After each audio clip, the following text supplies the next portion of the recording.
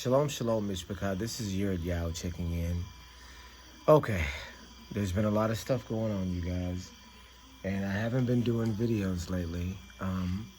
Well, because it's kind of been weighing on me that, nothing's really happening any different from what's been going on since day one.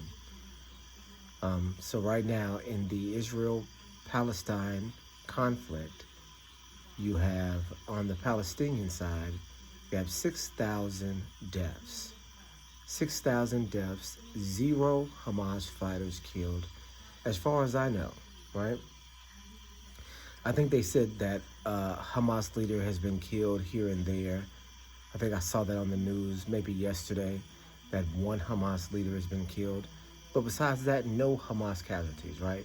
All civilian deaths with, was it over 1,000, over 2,000 of those civilians being children, right?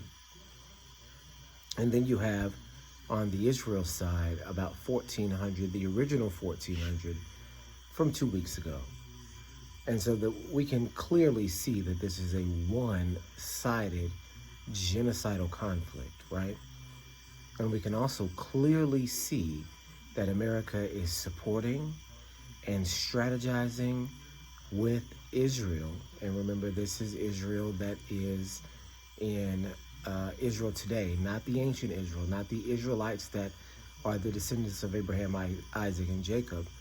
We're talking about Israel that is the descendant of Ashkenaz, the descendant of King Bulan of Khazaria, the descendant of the Gogites, right? And so we see this is Gog and Magog Israel, right? And so that Israel is so connected and supported by America that America is going to physically enter into the war even greater than they are now. So they've already deployed 2,000 United States Marines and then also 2 warships. So this is going to be a greater conflict that we will probably end up seeing United States troops deployed to, like an Iraq-style conflict in the Middle East, right? So you will be seeing American troops that, I'm sorry, you see my hair sticking up, just have to forgive me. You guys will see American troops deployed to Israel in Iraq-style fashion. Like people had been deployed to Iraq for 13, 14 years. You had a tour of duty in Iraq, right? Ancient Babylon. Now you will have a tour of duty in Israel, right? Soldier, United States soldier, you are getting ready to go to Israel, so prepare for it. I'm sorry, you guys, I just drank a sachet water. It's a big gulp of water, so some of it's stuck in my chest. But so we're discussing the implications of modern warfare. And so you have to understand that there's a lot more going on to this than you can see with the naked eye. Because don't forget that you have propaganda going both ways. It really does seem that Palestine is being massacred and that this genocide is going on in front of all the world's eyes, right? That we have to watch every day as Israel continues to bomb and bomb and bomb Palestine for an event that a section of the Palestinians called Hamas, which is an organization within Palestine, so bombarding Palestine every single day because of an action that was done 2 weeks ago. Just overnight of the siege, apparently was the most deadly night in the entire siege, with 700 people dying last night alone. So you started off with 300 people dying a day, then 400, then 500 with the bombing of the hospital. Now you're up to 700 people dying every day. And the world is watching it happen. And I heard a press conference from the United States Secretary of State today that said that they hope innocent civilians don't get killed, but the reality of war is that innocent civilians get killed. They're still framing it as a war and not a genocide. So you're looking at American involvement and public complicity to the genocide that's going on in Palestine. That's what's happening right now. That's what you're seeing on TV. A United States sanctioned and sponsored, because they just sent $100 million. They just passed $100 million in aid to Israel and Ukraine to fund the war. So sponsored, sanctioned and sponsored by the United States, right? And so you think to yourself also, but wait, this is a greater conflict than just Israel versus Palestine, because Palestine and Hamas supposedly have the support of the entire Arab world.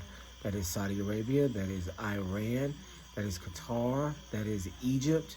All the major players in the Middle East, supposedly the Arab world, the Muslim world, stand behind Palestine in order to somehow liberate the Palestinians and free them. But you've got some kind of play going on here. And this is where we get to the concept that I want to discuss here. What is modern warfare?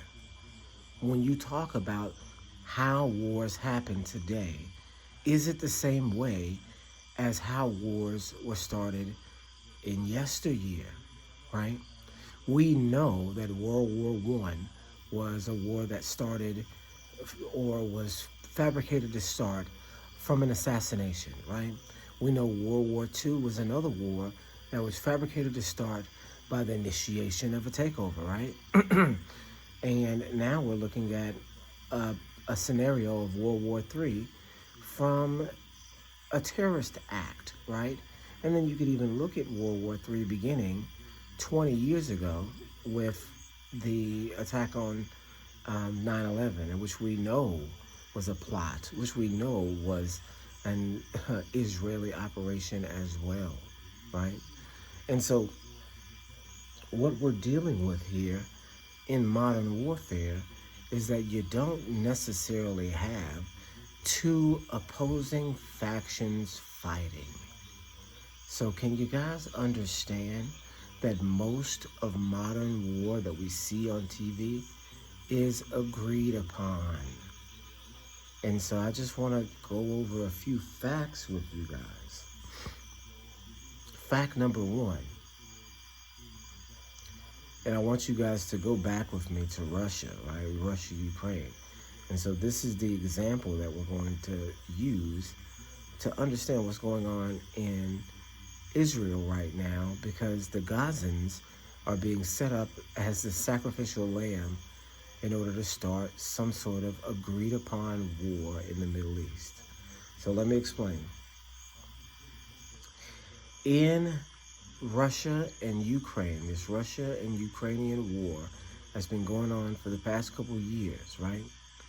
Let's analyze U.S. involvement in it. So we understand ourselves to have relations and deals with Russia. We have economically viable relationships that transcend any political borders, right? So America and American businessmen are in deals with major figures in Russian government and in Russian business. This has been going on the entire time. You remember famously a hot mic with President Obama when Obama says, after I win this election, I'll have more leverage, Mr. Putin, as if they were in some sort of agreed upon deal, right? Same thing with Hillary Clinton. Same thing with Donald Trump. Remember the Russian dossier and all? You're working with Russia. You're working with Russia. You've got overseas connections in Russia. No, you do. Remember the back and forth between, during the election cycle? Why were they both able to say that you're working with Russia? Because they both were. Both Democrats and Republicans have ties to the Russian government in economic deals, some of them open and some of them secret. That's why Obama is caught on a hot mic, discussing, secret politics with Putin, right? How can you get leverage with somebody else with you being on, like, as if you and Putin are partners, right? And so this is why, because wars end up being agreed upon wars, right? So the other side of that is now you see the United States funding the Ukrainian side of the Russian war, right? You see that billions of dollars at a time are being sent to the Ukrainians. Well, then you find out that Joe Biden and Joe Biden's son have major political influences in Ukraine, that they have business ventures in Ukraine, and that a lot of that government money is going to some of those places, right? So it's a scam, it's a scheme that the Bidens specifically are profiting from and have been profiting from. Do you understand what I'm saying? It's a worldwide scam, right? And so if the American government and the Russian government and the Ukrainian government are all working with each other in some sort of way, the only people that actually get harmed are the people. Does that make sense? Remember a little while ago when we had that video about modern warfare, that all modern warfare is government against people? That somewhere in the last century, the nature of warfare changed. That all the nations of the world got together and said, it is better for us to combine our forces and then internalize our warfare in order to stay in power. So the world governments formed together and decided to act in unison, even if they have to appear as warring countries on the outside. This is the world government that we've had for the past 50 or 60 years since the establishment of the United Nations. And there are people that are opposed, there's countries that are opposed or pretend to be opposed. We know the ones that are actually opposed because their leaders end up dead and they end up being replaced. And then all of a sudden, they're no longer opposed. Do you understand what I mean? All the actual leaders of the democratic governments that were actually outside of the system have been killed and replaced already. In every area of the world, killed and replaced already, right? And so now what we have is a semblance of divided states, but really a world economic market and a world militaristic market. A world one, because you have a world military right there at the UN, right? A world military. And so let's flesh this thing out. If Russia and the United States and the Ukraine are all in a deal together in order to have this agreed upon war after seceding an amount of land and space, do you see what I'm saying? If Russia wants to extend its borders and it goes to Ukraine or the people of Ukraine in secret and make a deal about the extended territories behind the scenes, they can still have the war and profit from the war. Do you see what I mean? Put the people on the chopping block as part of the deal even. You're not dealing with regular people. You have to incorporate every aspect of what you know about reality into what you are seeing. If the Bible says that in the end of the world, there's going to be a loose conglomerate of nations that sometimes work together and sometimes work separate, like iron and Murray clay don't mix together, then when you actually, look out into your everyday life, you have to look for that concept in play. And that's what you see here.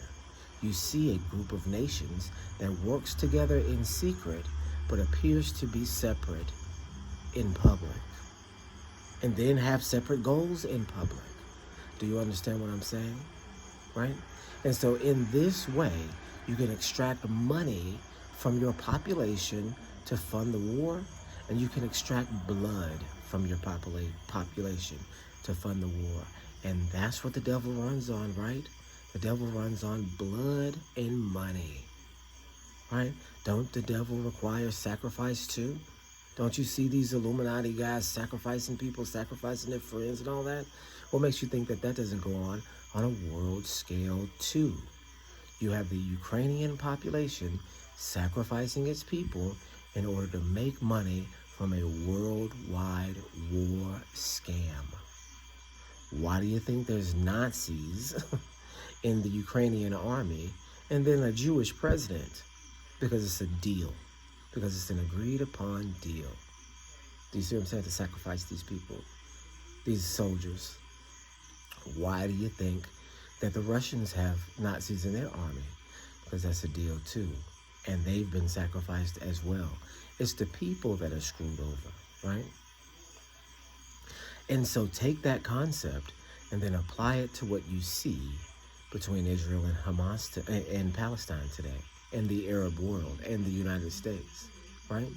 So what you've already seen is the normalization of activity between Israel and the Arab world. You saw that a few weeks ago before this happened, right? Before October 7th happened. You see a normalization of relation, a public one in the Arab world. And then this happens, right? And somehow destroys the deal. Do you see what I'm saying? So you have a major connection between Israel and the Middle East, which being Saudi Arabia, Iran, and all of the bloc of Middle Eastern countries, right? You have a normalization relationship that was established a few weeks ago, and then something that makes it look like, that makes it appear for that normalization to be destroyed, right? It makes it appear that way. But what if at that meeting that the Arab world, decided to allow Palestine to be sacrificed in order to start a greater war, in order for Israel to have its land there in the Gaza Strip, because that's what Israel wants, and then also take over the other side too in the West Bank, because that's what Israel wants, and to expand its territory out further in an agreed upon deal where a world war can be started that will funnel and fund the governments of the world from now and for the next 100 years. Do you see what I mean? That this war,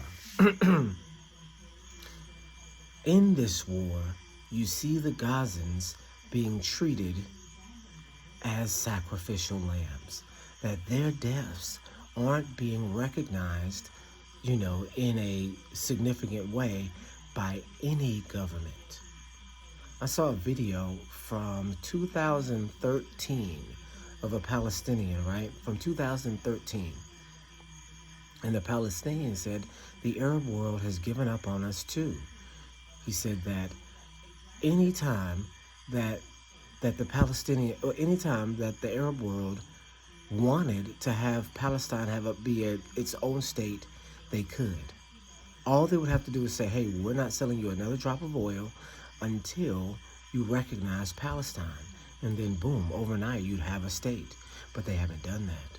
They haven't threatened to cut their resources, their actual resources, in order so that the Gazans can be a part of world Arab Islamic unification. Everyone believes that the Arab world is in support of Palestine, but in reality, they're in agreement with Israel, even though publicly they have to continue to appear to be outraged. So, once Israel gets what it wants, that is, wiping Gaza off the map, then a bigger war can be initiated, and the takeover of agreed upon lands by purchase can be exchanged with the blood of the people as the sacrifice for the deal in a covenant. Do you see what I'm saying? Blood covenants. Do you understand how this works? This is modern warfare. That's why it seems like the propaganda from the other side is propaganda. Do you see what I'm like? The Palestinians have very famous celebrity spokespeople in the world, right? Like the activist from Sweden, Greta Thunberg, that everywhere you see her at is some sort of celebrity protest or worldwide propaganda piece that she's at. She's like some sort of, figure for global warming, which you already know also is a propaganda piece. So anywhere you see her, you know that there is something else going on, right? And so she shows up in support of Palestine. Wait a second, this Swedish girl who's a climate change protester is all of a sudden supporting Palestine? That should cause you to stand up and take notice, because that means some powerful people are in support in some weird way of this anti-Israel movement. You've got propaganda on both sides bringing you to a point which is dangerous, right? Which is enough for warfare in some instances. You've got powerful propaganda on both sides. Don't always fall for the first thing that you see, right? Because the real victim here is not Islam, it's not Judaism, it's not Christianity, which these nations all stand for. The real victim here is the Gazan people. And that's it. The Gazan people are the ones that are being bombed and killed. And it seems like the world has given up on them. No matter what people are saying, no matter what people are protesting, nobody's responding with their resources. Nobody. That means none of them really care. That means the Arab world, no matter how much you see the Iranian whatever condemning the acts, no matter how much you see Egypt condemning the acts, no matter how much you see anybody saying that they don't stand with Israel or any of that, they do in secret. Because it's a deal that was struck in secret to start this war and propel us into a different era via sacrifice. Don't think that these guys aren't all together. Don't think that these wars and rumors of war mean that this isn't one world order still. You have to understand the things that are being changed are the people. The people are being swayed this way and that way. These deals, these agreements are going to happen between world powers anyway. It's the people that have to get where these deal makers want them to be. This is how world war works now. It's your government versus you, right? COVID should have taught you that. It's your government versus you, right? And the faster you know that, the quicker you'll be ahead of the game. And we, of course, rely on the Father and, pray to Him for our protection. But we also have to know and be knowledgeable of the devices that are being used against us so that we don't fall into the propaganda of this era. Because if you get swept up on either side, but wait a second, if you're supporting Palestine, then you get brought into a larger conflict. Because are you then supporting Islam, right? If by supporting Palestine, you are also supporting the Islamic State that Palestine represents, then is that what you want either? You're not a Muslim. And if Palestine is establishing a state, it's establishing a Muslim state in Israel, right? So you've got two sides of a war where neither side needs to be where they are, with neither side, both sides fighting for a piece of land that belongs to neither of them. And that's the most, reasonable point that you can make on this. The reason why the fight is so vicious is because it doesn't belong, right? In the end of the world, you're not going to have to fight.